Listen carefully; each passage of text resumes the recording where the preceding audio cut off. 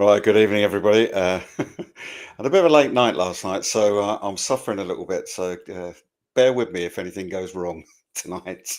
Hopefully, it won't. But I've got a brilliant guy on tonight. Who, photography-wise, he's absolutely superb.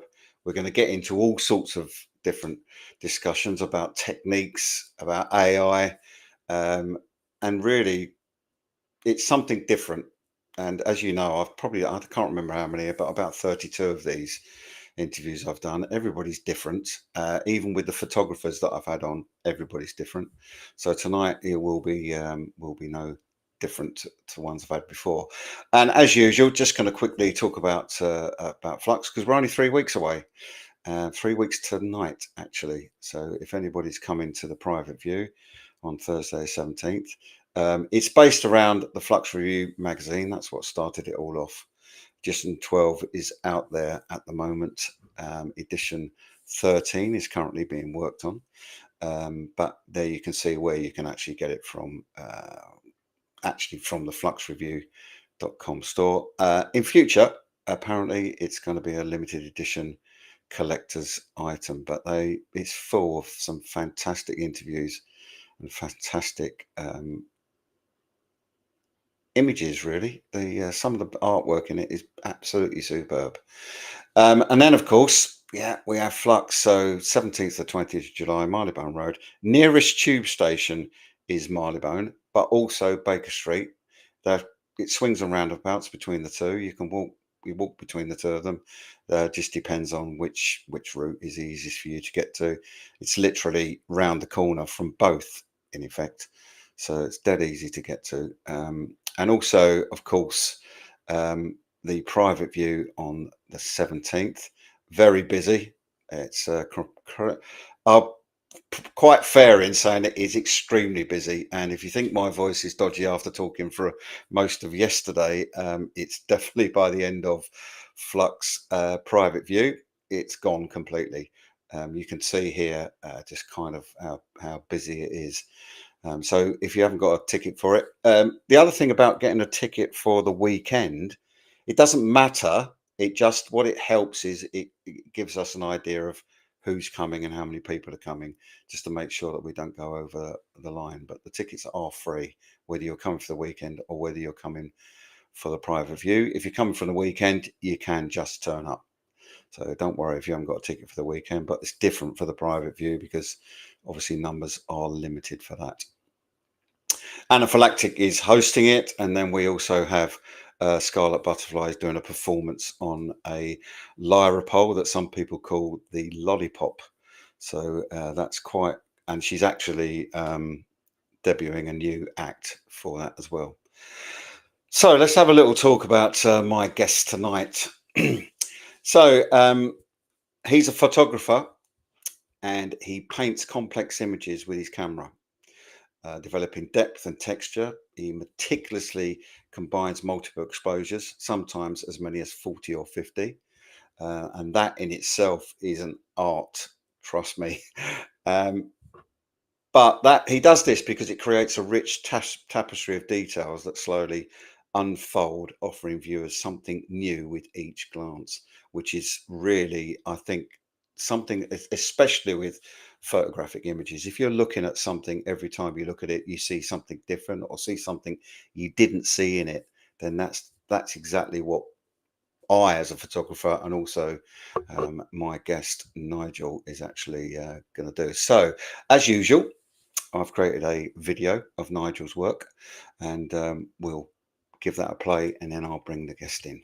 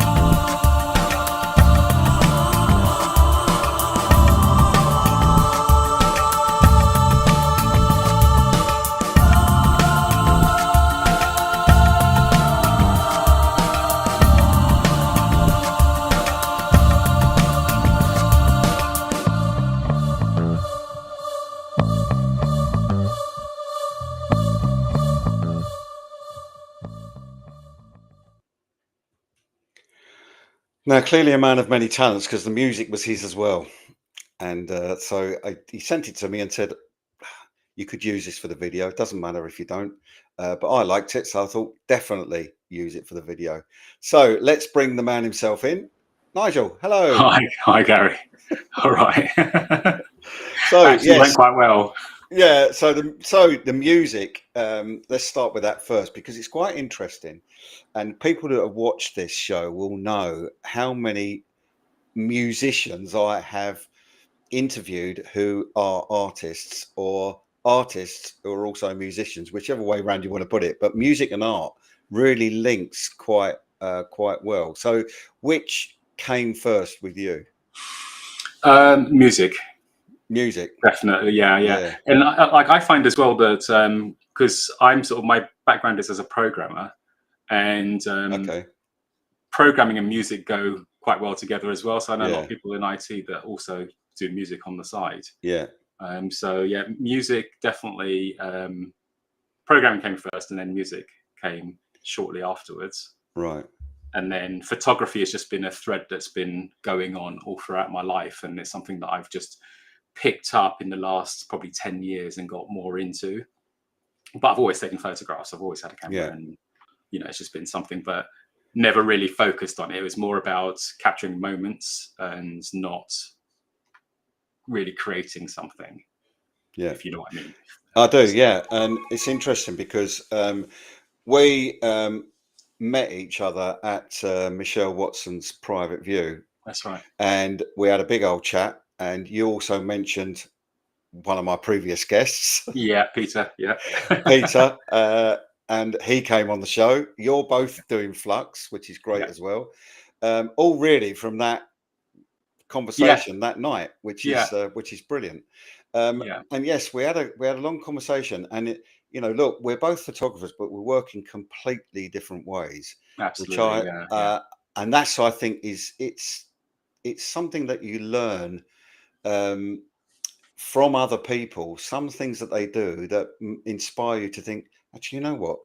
I've never thought about that. Perhaps I'll give that a little go. And I feel as well when we're talking, and we are photographers, and we go and talk to people, other people, our enthusiasm for what we do rubs off in them, It and does. you end Yeah. up Yeah. inspiring them to go on and crack on. So, when did you're saying about what 10 years ago that you Yeah, it's started probably about 10 years doing ago. I earnest? actually Yeah, thought, like, so I think with me, I've always needed a creative outlet.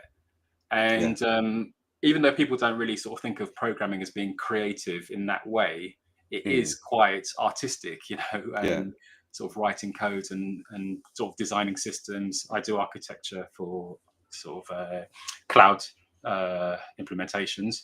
mm, And there is a bit of an art to that as well, in a way, mm, because you are creating something, you're creating yeah, a platform, you're putting things together.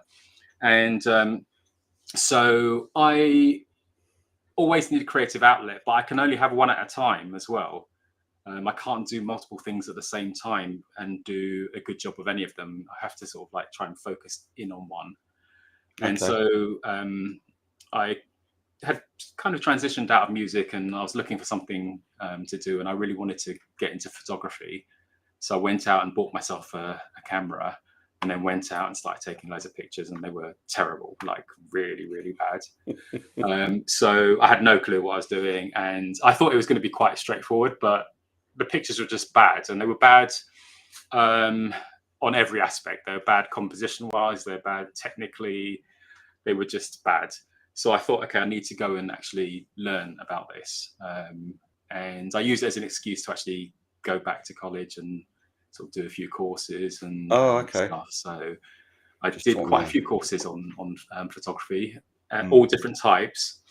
And there was one teacher that kind of stuck in my mind, and she was a fine art photographer, had done a sort of degree and masters in it. And she kept saying, "You need to find your style. You need to find your style." And I was kind of like, how do you find a style when every photograph that you think you could take, everyone's already taken, and everybody's a photographer because anyone with a phone now is a photographer as well. yeah, And Instagram full of photos of everything that you could possibly imagine all around the world, and everything's looking the same or similar. And so it was kind of just experimentation, and I came upon first of all slow exposures, and I found those quite interesting. Then my camera, which is a Pentax K1, I found the multiple exposures on there, and that was kind of like a breakthrough for me, because other cameras can do like multiple exposures, maybe 2, 3 if you're lucky on the high end ones, but on the Pentax you can do unlimited. So my first question yeah. on that line: film or digital? Digital. Digital. Yeah, And that's digital. interesting. So there was a Pentax K Mhm. years ago that was film. My Yeah. father had one. Had Yeah. a couple actually. But interesting, it's digital, because we were talking before we came on, and there's another art photographer artist that I've known a long time who. Okay, there you go. So anybody watching, there it is. Is basically he does it with film. So Yeah. digitally, to be able to take multiple exposures. I mean, you're right. You're lucky if you get 2 or 3 that will, the Yeah. camera will Yeah. do It 2 or can 3. get quite But you're talking complicated. about between 40 and 50.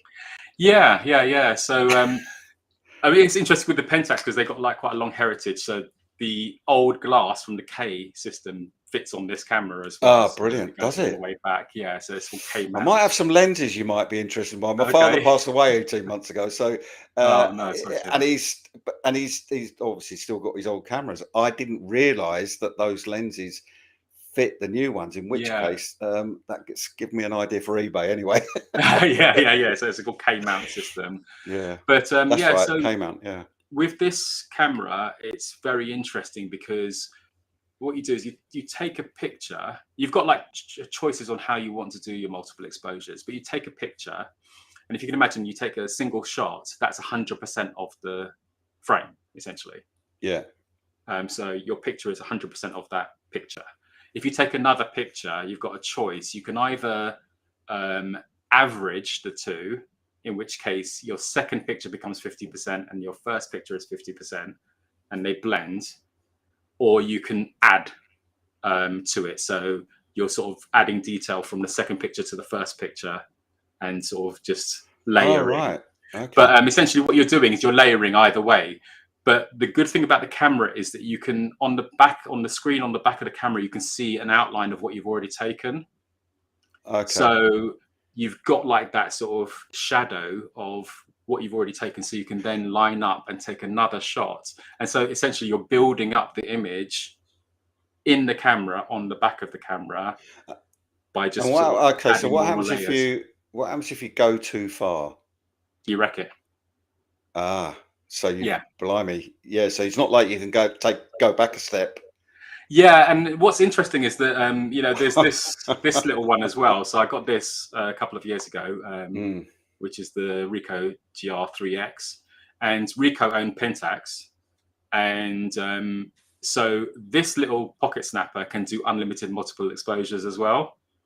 But the difference on the software on this one is that it actually saves off each individual image as well as the layers. So Right. in the case that you go too far with it, you can go back because you've got you can go back to the previous one because you've got all of the previous saves. And even if you mess it up completely, you have the individual images. So if you want to go into Photoshop and take them in there and then blend them in there instead, you can do that as well. Yeah. So it's a lot more flexible. And I've actually kind of emailed Pentax support to say, can you add that feature to the main range as well, because it will be something that really helps. Because there have been times where I've created like a really nice image and then I've just thought, oh, I'll just add a couple more frames to that and then completely killed it.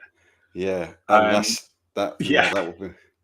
So it can actually, be frustrating. well, it can. And look, anybody that's working like me, working where I'm creating multiple layers in Photoshop, I've got the ability to be able to step back. You Yeah, haven't. And yeah, so you've got to be really on it when you're let's just say, for an argument's sake, you've got your inspiration, because again we had a little chat about this earlier. yeah, Your inspiration is coming from where you visit, yeah, which a lot is London. So, Yes. and when you're going into London and you see a skyline, and you see a particular thing you're going to take, um, and you must get to a point where you go, "Oh yes, brilliant, brilliant," and then you do wreck it, and then what happens if you then go, "Oh my god, I've got to start again. The lights changed." You got to deal with all of that. That's not an easy thing at all. Yeah. Yeah. I mean, when you sort of look at things like skylines or landscapes or architecture or whatever, that's not going anywhere. So yeah, the light is a problem, but the building's not moving. It's not like going somewhere. No, So you no. can start again and do that. But where it starts to get more challenging, and this is what I kind of enjoy a lot, is I refer to myself as an abstract street artist. Yeah, So I like to do street photography with people in there.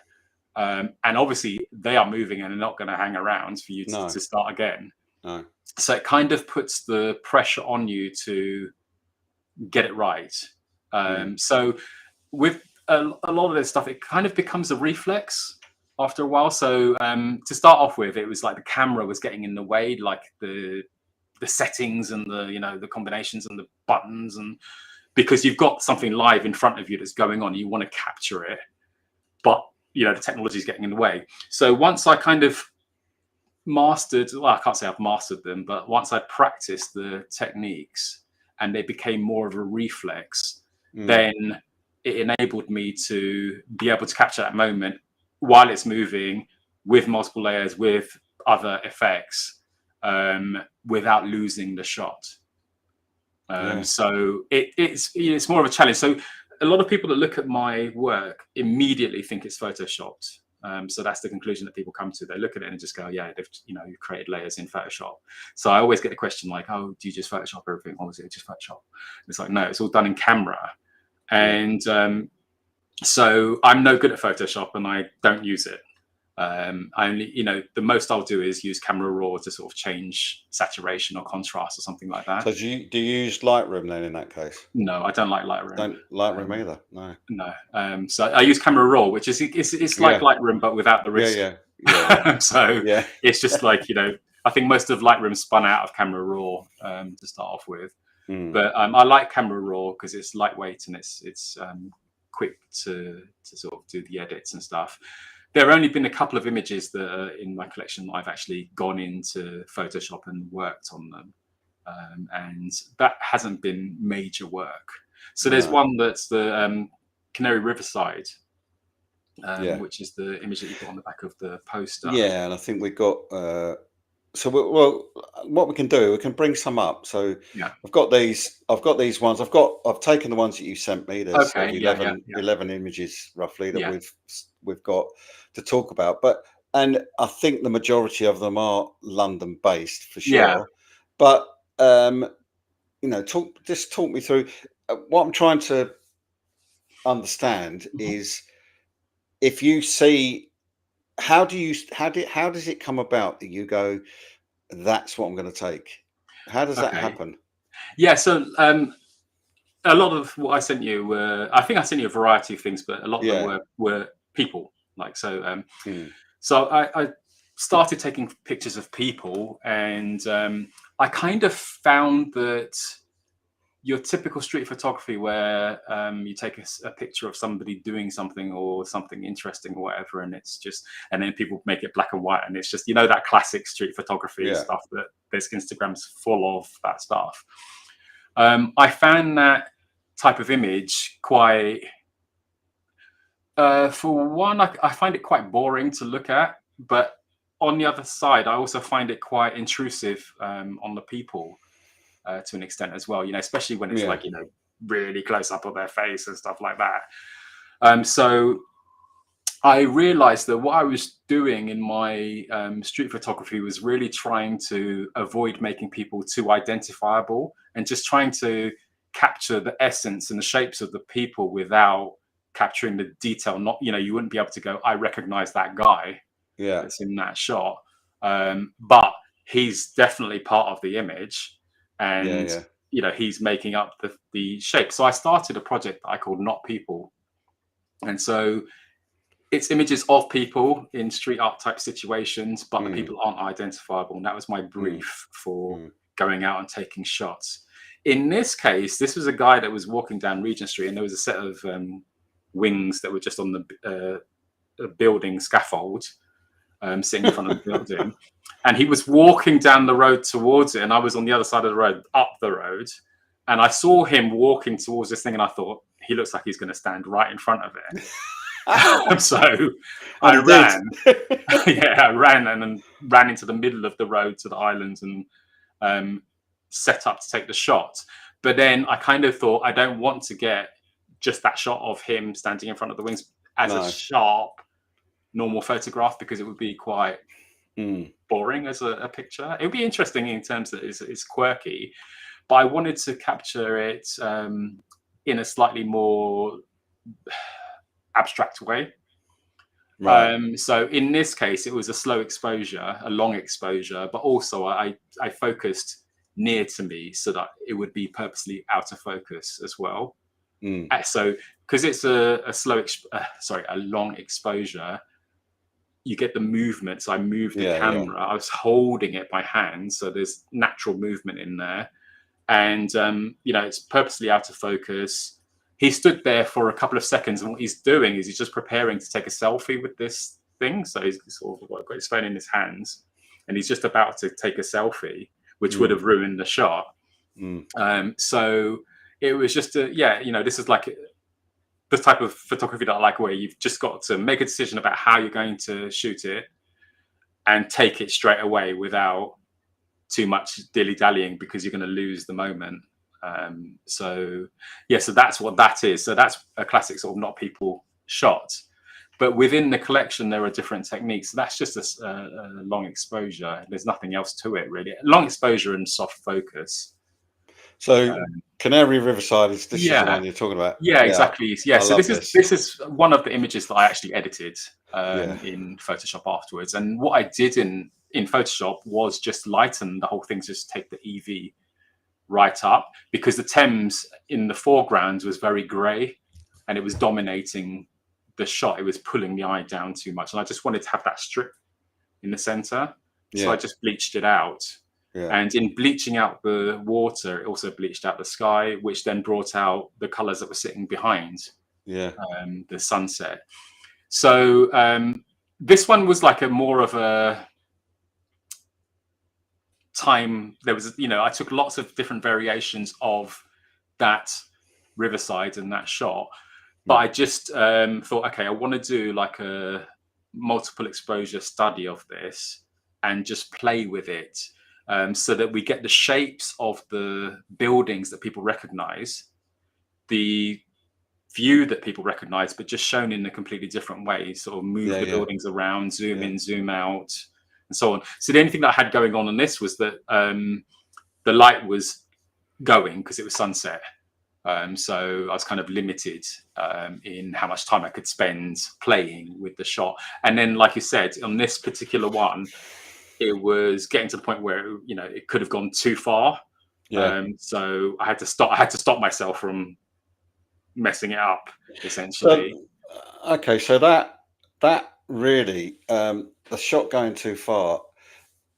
And look, let's say 10 years ago, that's when you picked the camera up. That's when you started looking to do what you now ended up doing. But how long in that 10 years did it take you to be a bit more intuitive about, okay, I now know what settings I need? How long does that take? Because it doesn't, for most people, it doesn't come naturally. That's one of those things that you have to work damn hard at to make sure that you're getting your settings correct and everything else about your setup and your idea. So I found when I went to study, and the courses to start off with, when you're kind of learning from scratch, are very boring, because it's all about settings and rules and all these sorts of like leading lines and rule of thirds and all this sort of stuff, which just really got on my nerves. And me, I've spoken about that before, because for me, either looks right or it doesn't. They mean nothing to me. Exactly. So I found that I was kind of inundated with information that didn't really make any sense to me, and combinations of settings that didn't make any sense to me as well. So what I did was I went through the exercise of actually trying lots of different types of photography. Well, for one, to try and work out what I liked and what I didn't like, and also to try and just take a really decent shot, like a really decent architecture shot, a really decent landscape, a really decent portrait, and so Mm, on. So just try and get good at taking all these different types of photographs, which mm, then forces you to learn the lenses and the settings to get those shots. And then just kind of threw it all away and just went out with a camera and experimented with it. So once I kind of like got exactly. on top of composition, which is for me, is the main thing of photography. Mm, If you get composition wrong, it doesn't matter how excellent the picture is technically, it's not going to exactly. be a great picture. Mm, So it was all about composition for me, and just finding my frame, seeing in frames, and just finding that composition that I liked. And so the experimentation, um, and again, it was done singularly. So go out and take long exposures, go out and take overexposed shots, go out and take multiple exposures, and so on. mm. And just, you know, and then it just became a bit more, like you say, intuitive. So see something, and then immediately I think, oh, that would look great as a multiple exposure. So, do that. Yeah. And then you've got, the sort of working with the camera Mm. to get that right and to sort of find something that I found to be visually pleasing, and then stop. So yeah, so it was like quite a long exploration of actually trying to work out how to take good photos, full stop. And then after that, the experimentation phase went on for a while, but then the muscle memory didn't really come until a lot later. So just that ability to just like flick the buttons and get the setting and take the picture live while it's moving, that didn't come until a lot later. No, and it doesn't. And it's interesting how it's the same if look, I'm using Photoshop all the time, and there's certain things that you do the same way every time. Mhm. You get into a workflow that you use, that just becomes natural Yeah. after a period of time. Loads of people say to me, "Oh my God, how can you spend so many hours doing it?" Yeah. But it's just a I'm natural with them. workflow that you do. But the truth is, it's a similar thing. That's why I asked the question, how long? Because you must get to a point which you have done where you know all that. And if you didn't, you'd spend so long messing around trying to get the cameras, and what you were trying to take is gone. So Yeah, exactly, yeah, exactly. That's the point. Yeah. So there were a couple of shots that I kind of, when I took them, I was like, oh, right, now you're getting into it. Now you're sort of like getting on top of this. So this shot of Canary Riverside was just a tripod, a remote control, mm, zooming in and out, and just observation. And because it's tripod, it was like a lot easier. Then it was time. The buildings weren't going anywhere. All I was going to lose was the sun. yeah. So there was time to sort of play with this one. And actually, I took many combinations of the landscape as single shots, but I didn't take very many of this. I only No, did one multiple exposure, and I was happy. Sometimes when you look at the back of the camera, you're like, yeah, that's it. I'm happy now. It was worth coming out tonight because I got yeah, a nice combination. yeah. But I what's mean, quite it's interesting about this shot is it's enormous as well. So because it's multiple exposures, um, you can zoom in and zoom in and zoom in, and actually the buildings are very detailed in there as well. so. So What sort of file size then is each? If you're doing multiple exposures, what sort of file size are you talking about? good grief, that's a good question. I think about 100 meg or something like that, or kind of around that It level. has to be, I guess. Yeah, Yeah, yeah, maybe more. yeah. Um, but remember that you're averaging a lot of the time, so it's not like you're just adding more and more data in. Stuff's being lost as well because things are being halved each Mm. time. So yeah, Okay, yeah, that makes sense. So sometimes it seems you do go out of London.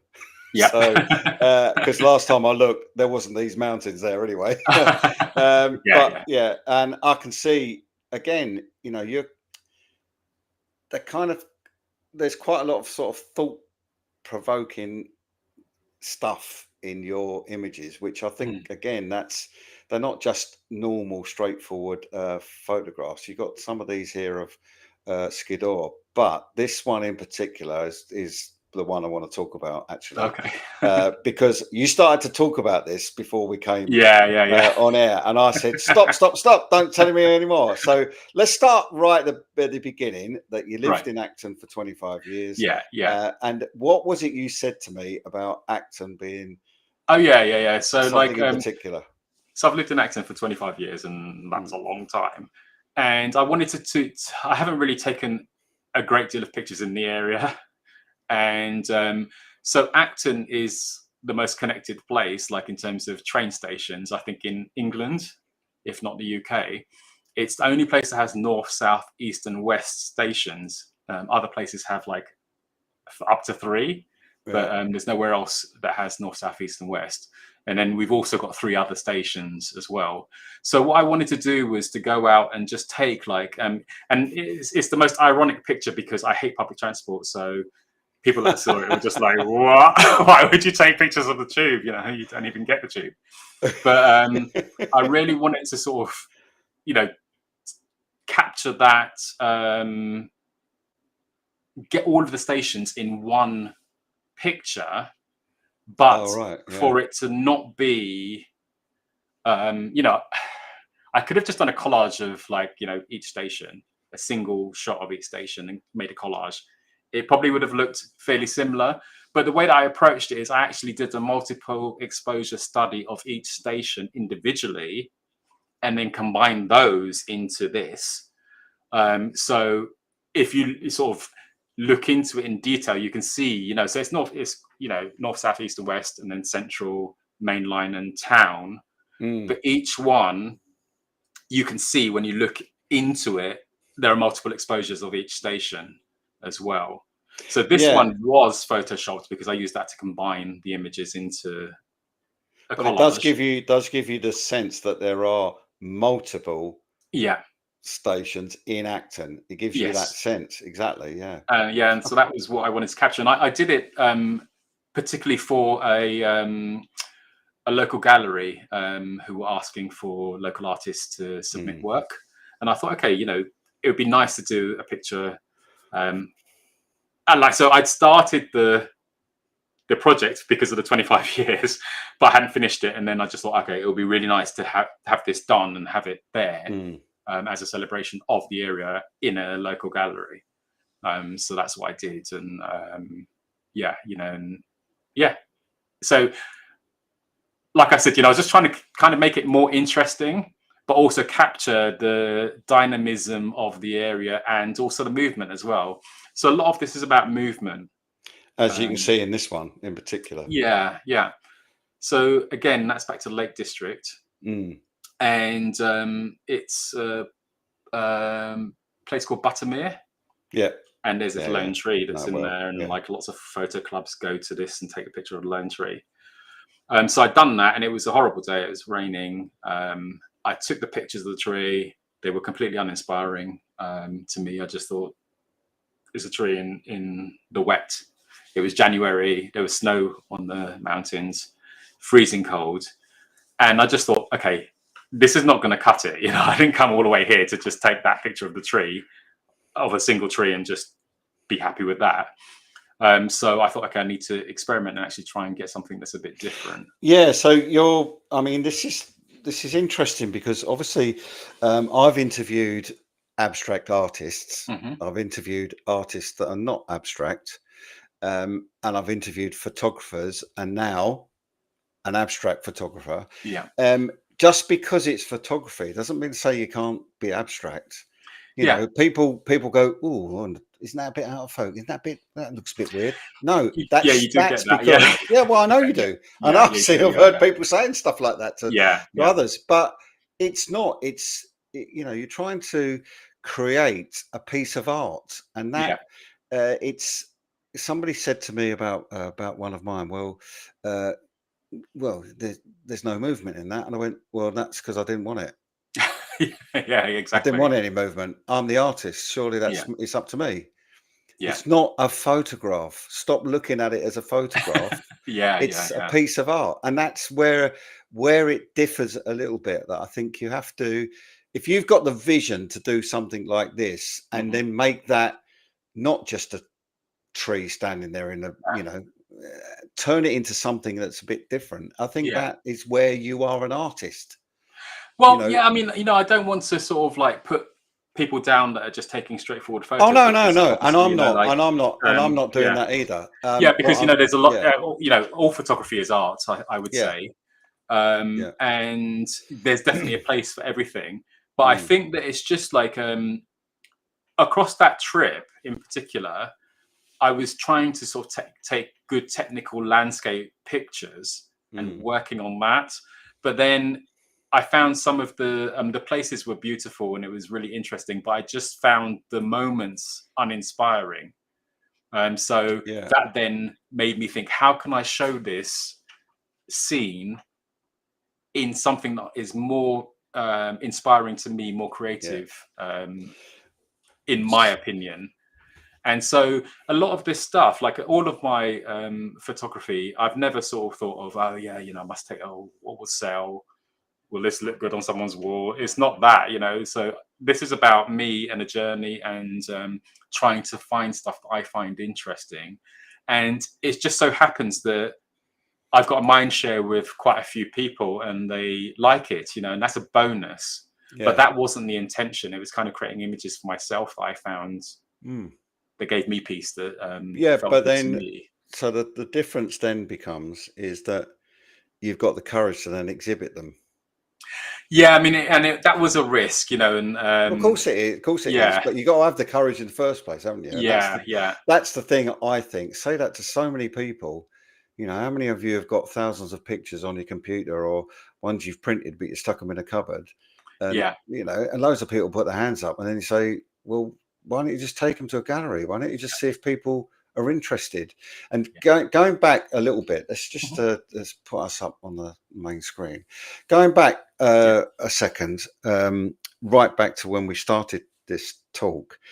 We were talking about, you've got to develop your style. You got to find out your style. yes, yeah, yeah, So my father was a photographer. I was in a dark room when I was 3. Went through all the film, went yeah, through yeah, darkroom techniques, all of that, and that hmm kind of stopped when I was a bit older, and we went back to it a few times, etc. But he taught me as a kid how you develop your style, and or your starting point, and that was to take a magazine, and as you're flicking through it, take the pictures out, take them out, cut them out, and put them on the table, hmm and then write round each one what it is you like about it. Is it the right, composition?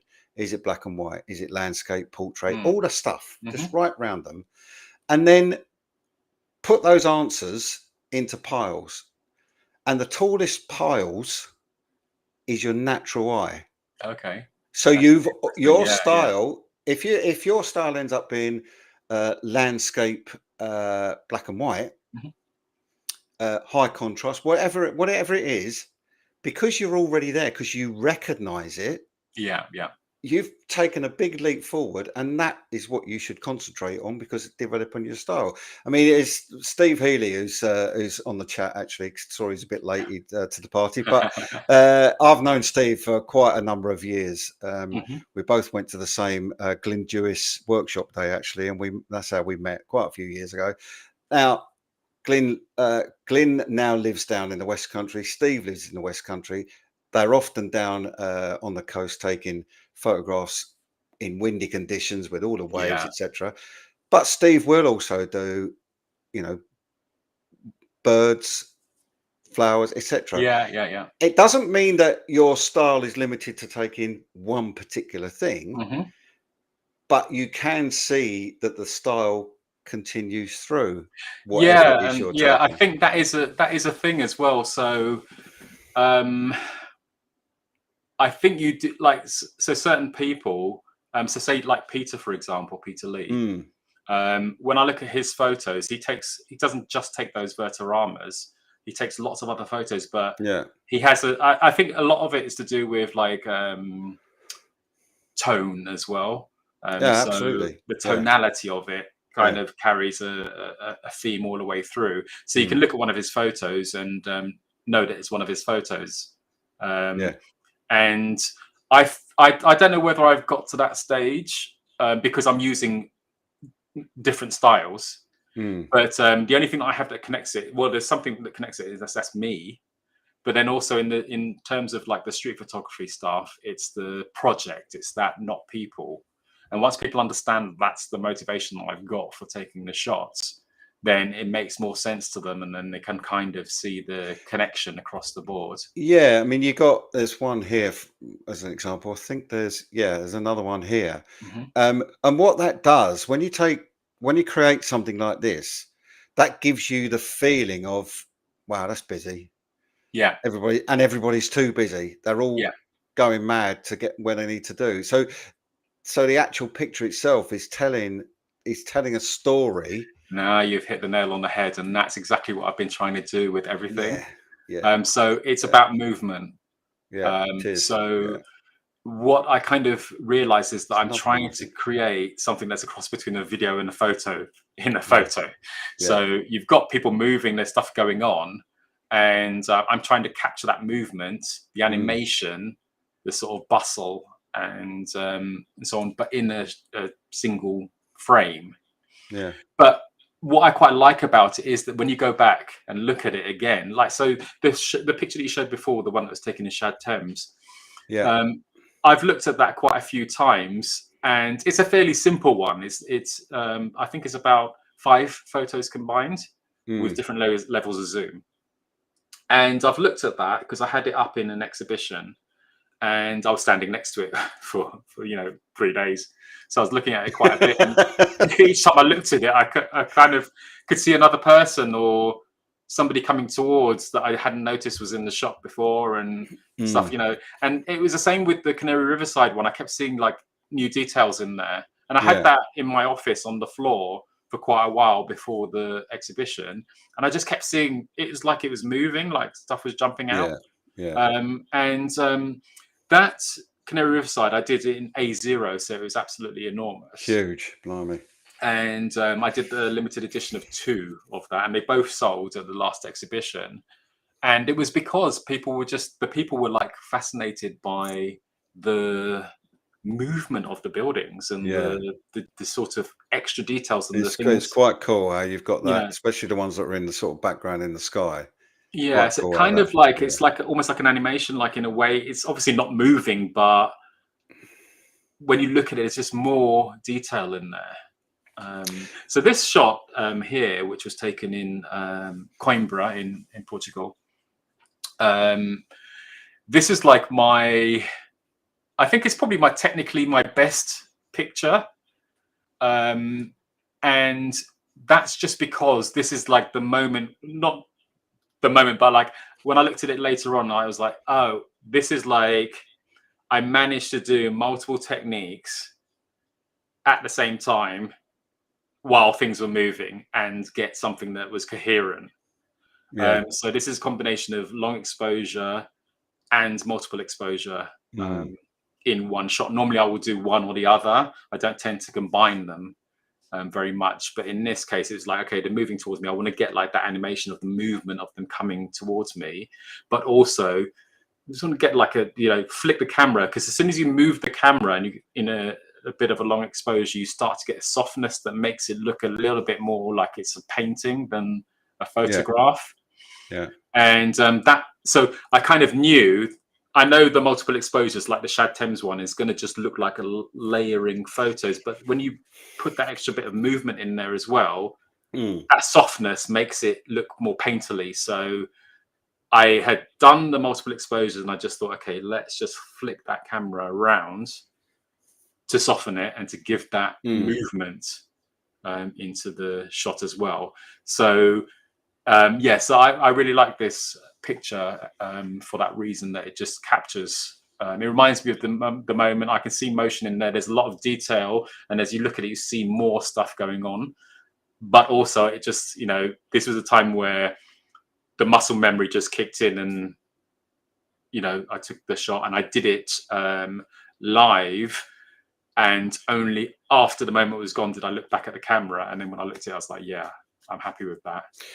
Right. So if you are taking a multiple exposure and they're long, does that mean you're putting a stop filter on the front? Is that what you're doing with the lens to? In this So case, yeah, I had an ND because of the filter on it. light. Yeah, it was like Yeah, on the darkest setting as well, yeah. and Okay. because it was a very, very bright afternoon.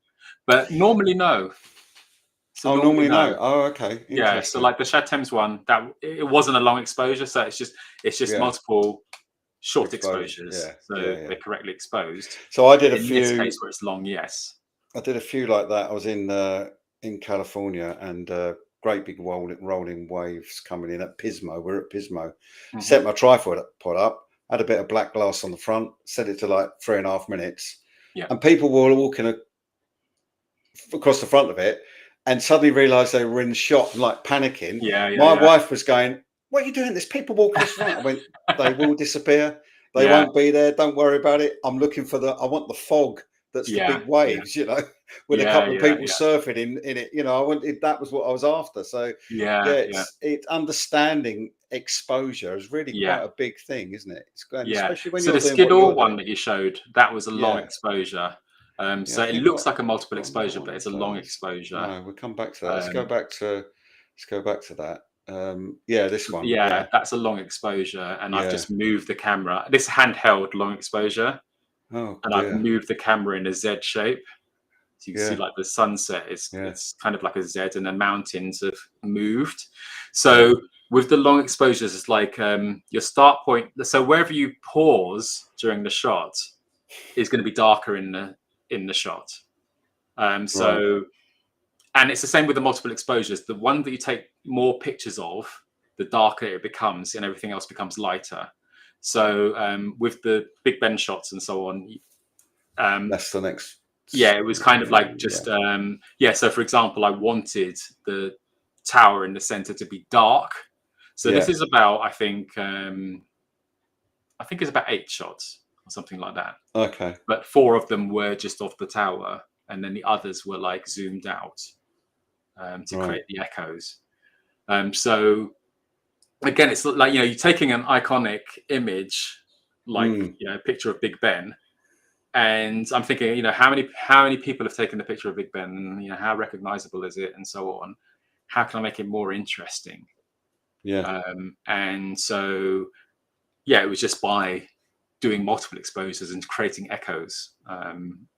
For me, and I can see that. In fact, that's very clever, because if you look at this, when you say creating echoes, obviously, the further away an echo becomes, the lighter. Yeah, exactly. Yeah, well, yeah. So that that I feel that links back to your music, to be honest.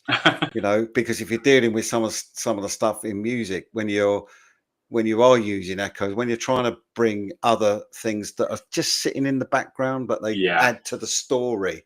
Yes. It's a similar link. That's a good point. Yeah, because you're trying to make space for everything. Yeah, exactly. And Yeah, it's quite interesting. There's been so many, as I said, so many musicians that have been linked with art. Let's just see what the so the one that you showed before, like the one of the boats. Yes, that's right. Yeah, I think it's probably my favorite photo. And it was taken in Dungeness. Yeah, and Dungeness is like somewhere that's like post-apocalyptic. People. It's peculiar. It's peculiar. It's normally like always grey. I know. A lot of the time it's raining, and it's just quite a grim place, but it's a great place to take photos. Well, my day job, I had to actually go down there and do a final survey on a new build house that someone had built on the beach, basically. And it was very eco friendly house. It had all sorts in it. But I thought I don't know, I could live somewhere so bleak, because blimey, it is. But then I doubled that up with the fact that, all right, I'm now going to walk along this beach, taking all sorts of pictures, because some of it was amazing. It's a fabulous place to go for that. You can walk right along to the lighthouse, can't you? And all of that is just brilliant. So it looks to me, obviously with this one, you've kind of you've have you taken that on a tripod and then turned the camera to the other angle so that you've combined portrait and landscape effectively, but from a similar position? Yeah, it's handheld. So Oh, is it? Oh, yeah, it's crikey! Yeah, you handheld. do a Yeah. lot of that. So Yeah, it's two shots, like yeah, you said. yeah. And it was just so the thing is like, so this is my second trip to Dungeness, and this time it was super sunny and like amazing sunset was happening, really rich colors and so on. This is Mm, hardly altered, which is just weird because it doesn't even look like Dungeness. So I took a picture of the small boat, and that was the main shot, you know. So I sort of mm, framed it for that to be sort of just in the shot.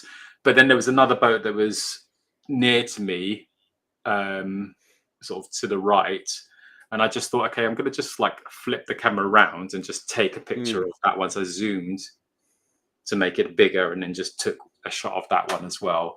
And I just stopped at the two because I looked at it and I thought, okay, that looks like a nice combination. So I Yeah, won't go yeah, any yeah. It further with is. it. Yeah, it I'll is. just do the two.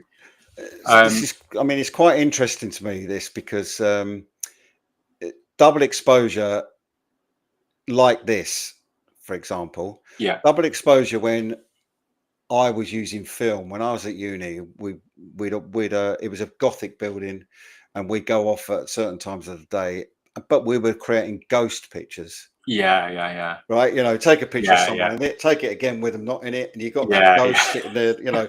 We were doing all that sort of thing, but Hmm. that was just because it was that was double exposure. Yeah. But you have done it here again. This guy, we don't know what he's doing, but we want to know.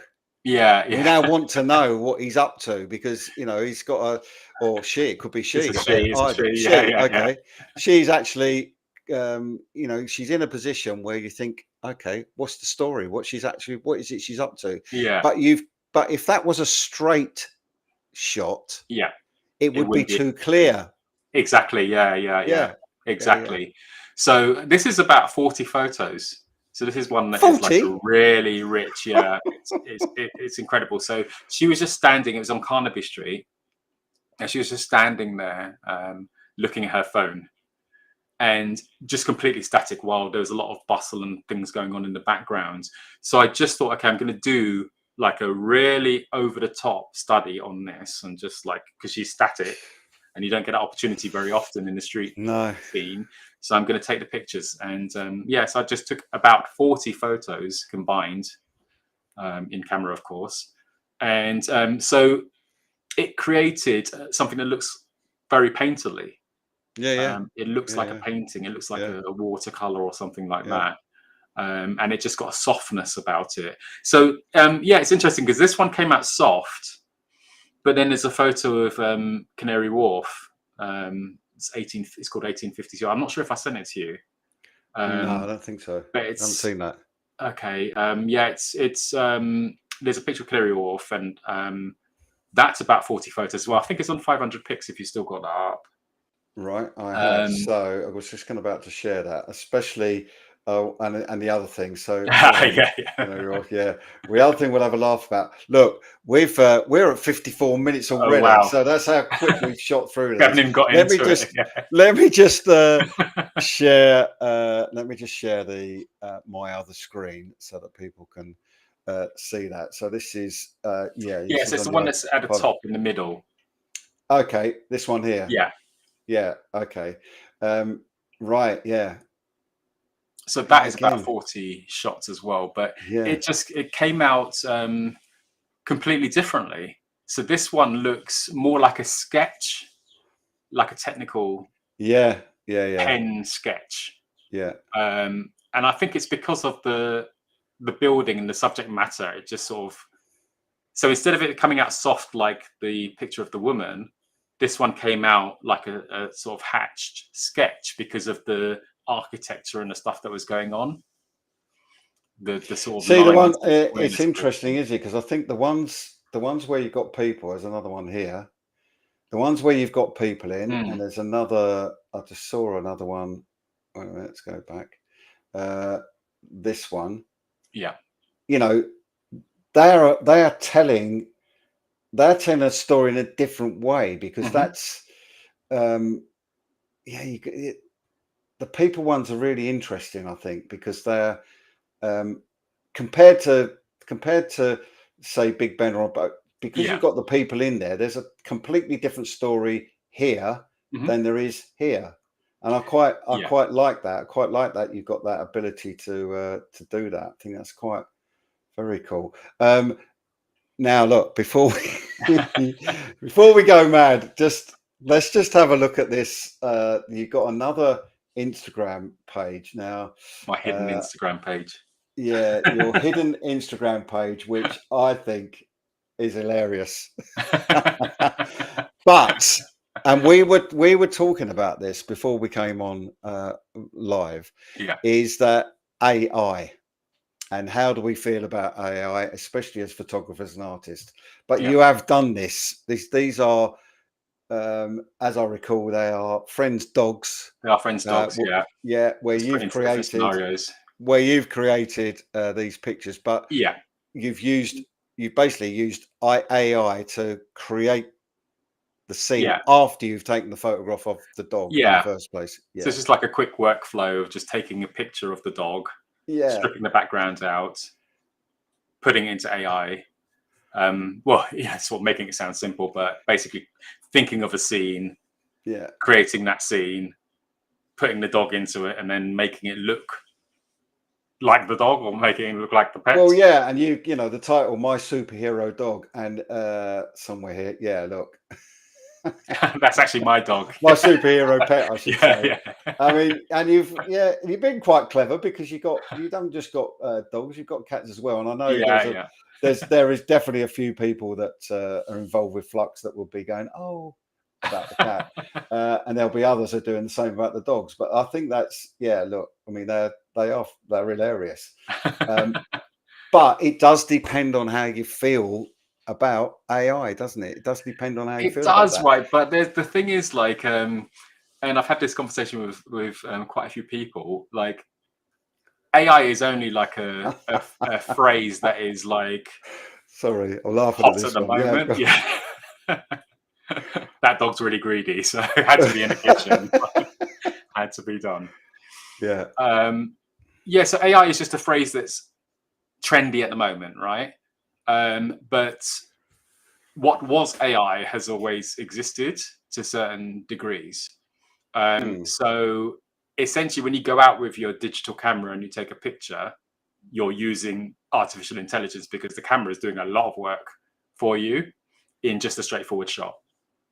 It's doing all sorts of compensation, doing all sorts of stuff in the backgrounds and so on. You're Yeah. not having to Well, worry about okay. any of that I mean, stuff. that's a fair point. I think where I struggle with it is because, as an artist, the one thing you can come up with all these amazing things, Mhm. but you can't replace our brains. You can't replace our brains. You You can't, can't. because the artist in you is doesn't come through artificially. That's how I feel anyway. I mean, Mhm. yes, they are great, they're hilarious, and in fact, I could think they would probably really sell well, to be honest. Oh, yeah, yeah. Yeah, and they would, because people go, oh my god. Yeah, yeah. um, but if you'd have, I don't know, I feel the art would have been in being able to create that for real. Yeah. But then, like, so if you think about the workflow, like I said, take the picture of the dog, cut the Mm, background out, take that and then, put it into AI, create a scenario, mm, whatever, and then mm. tweak it. Um, Even just like stopping it, like take the background out. So take it into Photoshop and then go like, either outline it or just say remove background. And you just press one button and it takes the background out. What I is that know. if not AI? Well, and I agree. I absolutely agree. So it's That just like, depends. It so depends how you people look at it. turn their nose up at it, but we're all using it. But what you could say about that is it's not AI. It's just a time saving element. Yeah, well, that dog thing was like total time saving for me. Yeah, yeah, I mean, and I yeah. agree. I Just cut agree. out the It is. middleman, get it to create the whole image. Well, yeah. Right. Well, yeah. But then that's when you lose the fun, isn't it? It's when you lose the Yeah, yeah, yeah. that's when you lose all the bit that actually matters really. Yeah. But yeah, fair play, because I think they're brilliant. Actually, I love them, but it is the fact that there are these programs out there that allow you to create an image. And I think, as we were talking before, you know, Glyn Dewis has done one that Calvin Hollywood provided the prompt for on his show in Germany, and just said, you know, look, here, take this picture, create one of me that's in 4K. It's black and white. I think he did it in Chat GPT from memory. It's in black and white. He's, you know, sweat pouring down his face. It's a brilliant image. But the fun and the bit that I would love is, I want to do that. How? I want to be able to take that photograph, not have a prompt and let that do it. That will but you be know, the the thing bit for is, like, me. so the creativity is shifted. So you have to be creative in the prompt. Yeah. If you're not creative in the prompt, you're not going to get like a good result. Right. So I think what I'll do is, once I get to, I've got artist book till I think October at the moment. But I think what I might do is I might have a little group session with all the people that want to fancy coming on, and everybody talking about AI. Let's have a whole one of these shows where we just talk about AI and how we all feel about it. I think that'd be quite cool, actually. A little bit of a seminar, round robin type seminar, where I everybody's think the phraseology around it is problematic. Like, people get stuck on the AI. Like, so if it, you know, so people are loving Photoshop, doing all of this skewing and creating perspective and 3D and lighting and all sorts of things that you can do in there. It's not called AI, but it is AI, right? Well, and that's similar to, I suppose, okay, I've got, out of all of the ones I've taken and done, I've got a massive, I mean, blimey, huge body of work. But with I've done a trilogy, and I created it all in, everything's told in art. But I couldn't get a really good model to photograph of the airship that I wanted to put in one of my pictures. Right. And so 3D, built in 3D, right? Yeah. That was my solution, built in 3D. But in theory, you are putting something into your image that's not real, but at least you've done the hard work and built it. You haven't sat back, typed a few words, gone, boom, there you go, stick that in, thanks very much. It doesn't really work like that, though. Oh, well, I know it doesn't, but let's be fair, it will. I get what you're saying, It won't be long before you're even telling it, speaking to it. No, but the thing is, like, if you'd gone and you'd sat and you built a model of an airship and then took a photo of that and put it into there, that's something, right? But using 3D, that's a complete cheat as well, isn't it? It's like... How dare you? You could have actually made that by hand. No, I didn't have time. I didn't have time to do that. And in fairness, in a later picture, I have got a airship in the sky. That is a model. Because I even though I used that in the previous one, I really wanted somebody. I really wanted a real one. There's a guy who makes some amazing stuff. He actually edits films for the British Board of Film Censors, but he's an unbelievable model maker. That's his hobby. I've known him a long time, and he just said to me, "Oh, I've got one." I went, "What?" So I went over to his house, and we put it in all different positions. I photographed it all so that I can use it in multiple pictures. But that's all you need is. And for me, look, a lot of my stuff is steampunk. I'm at the Lincoln Steampunk Festival, and when I'm there, all the stuff that people make, I have a chat with them. All right, if I photograph that and use it, yeah, of course you can. But credit in the book. Stuff's there that people have made because they're so creative. Yeah, it's finding what you want at the time. So to redeem myself with that image, I knew that I wanted a particular look for a bay. There wasn't one anywhere. However, I knew, because I'd seen all the cliffs and everything in Kefalonia, that I did a 5-mile walk along the beach, firing shots out to sea, and then came back, put multiple images together to create the bay. Hmm. But what you have to really think about when I'm doing what I do is you have to think about the physiology of what you're putting Yeah. together. You can't have waves going the wrong way. You can't have any of that. You can't have a wave crashing against a rock when there isn't any other waves doing it. You know, you've got to think about, does it look real? That's that's the bit. And so yes, it looked real. And to be fair, the airship looked real as well. It wasn't. There's nothing wrong with that, right? There's nothing Right, wrong with that. We are blimey 6 minutes over time. That's and that just shows you, doesn't it? We had a lot to talk about. Yeah. It's been really, really interesting. I want to thank you for coming on. I'm looking forward to meeting you at Flux. It'll be brilliant. I will sort of just say to you, be prepared for doing quite a bit of talking on the private view, because as I say to every artist, nobody will sell your work to people better than you. So you know, you want to talk about your process, talk about what you do. I think it's fascinating. And then of course now you've got the added bonus that anybody you miss, you can point them in direction of this video, and people can see what you do and how you do it. So and that's one of the reasons why we do it, to be fair. But it's been really interesting. Thanks very much. I think Thanks, Steve. we've got here we go. Steve has put nice work, Nigel, and thank you, and thanks, Gary. Yeah, thanks for coming on and watching, Steve. Cheers, It's you know, it's very what I like about this is that people watch it afterwards and then come back to me and say, you know, that was really interesting. And also for me, over the sort of last a year and a bit that I've been doing this, I've learned so much about artists and so much about art, because as an artist you can be quite you can be quite insular and being right into your thing, but open up. I mean, I'm going to give you an example of that.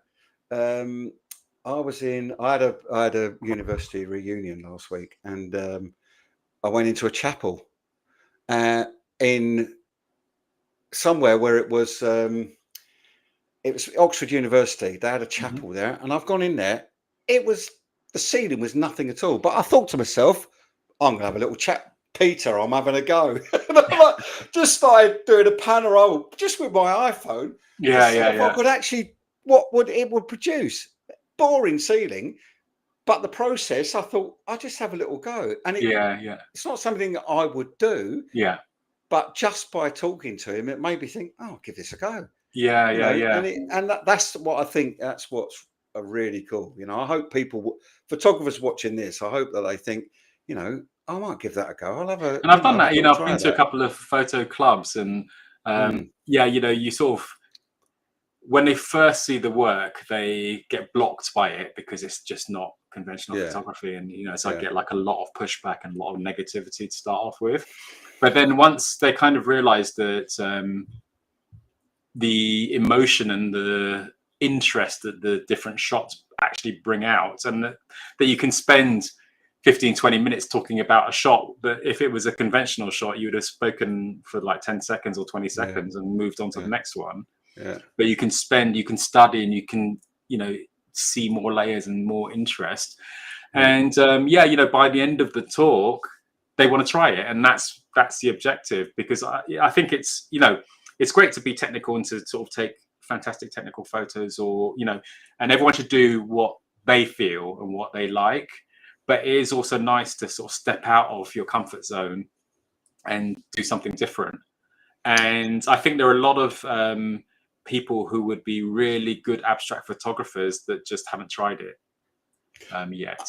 Absolutely. And I think it's getting into that mindset. That's the thing. The camera can be a sort of more of a creativity tool than just a straightforward documentation tool. I think that's the sort of key to it for me. Brilliant. Well, I've really enjoyed it, and thanks so much for coming on. Don't rush away. I'll have a quick chat with you afterwards. But I'm going to wrap this up. For doing it again, and great. Pleasure. Absolute pleasure. Thanks very much. All right. Just got to switch your camera off now. Well, there you go. As I've already said, Nigel will be at the Flux exhibition, and just a reminder, that is the 17th to 20th, 3 weeks today, and hopefully we will see some of you there, because you've seen a lot of artists over the last year or so that we've been doing this show, and an awful lot of them will be at Flux, so you'll have an opportunity to talk to them, see their work for real. A lot of work, as you can appreciate, an awful lot of work looks so much better in real life than it does on a computer screen. But thanks very much for watching. My guest next week, Kate Grant, really, really cool, actually, very talented artist. She is actually Dr. Kate Grant, because she is an NHS A&E doctor, among other things. We're talking, but her 30 years creating art, it's absolutely superb, and I'm going to be interviewing her. That'll be on next week's show. It's a pre-record, because I actually can't do next Thursday, so I'm actually pre-recording it in an hour's time, so it's been a good bit of a long night, this one, for me, but certainly worth watching next week, because it's going to be quite an amazing artist. Really fantastic work. So thanks very much for watching, and yeah, I'll see you next week. Brilliant. Thanks.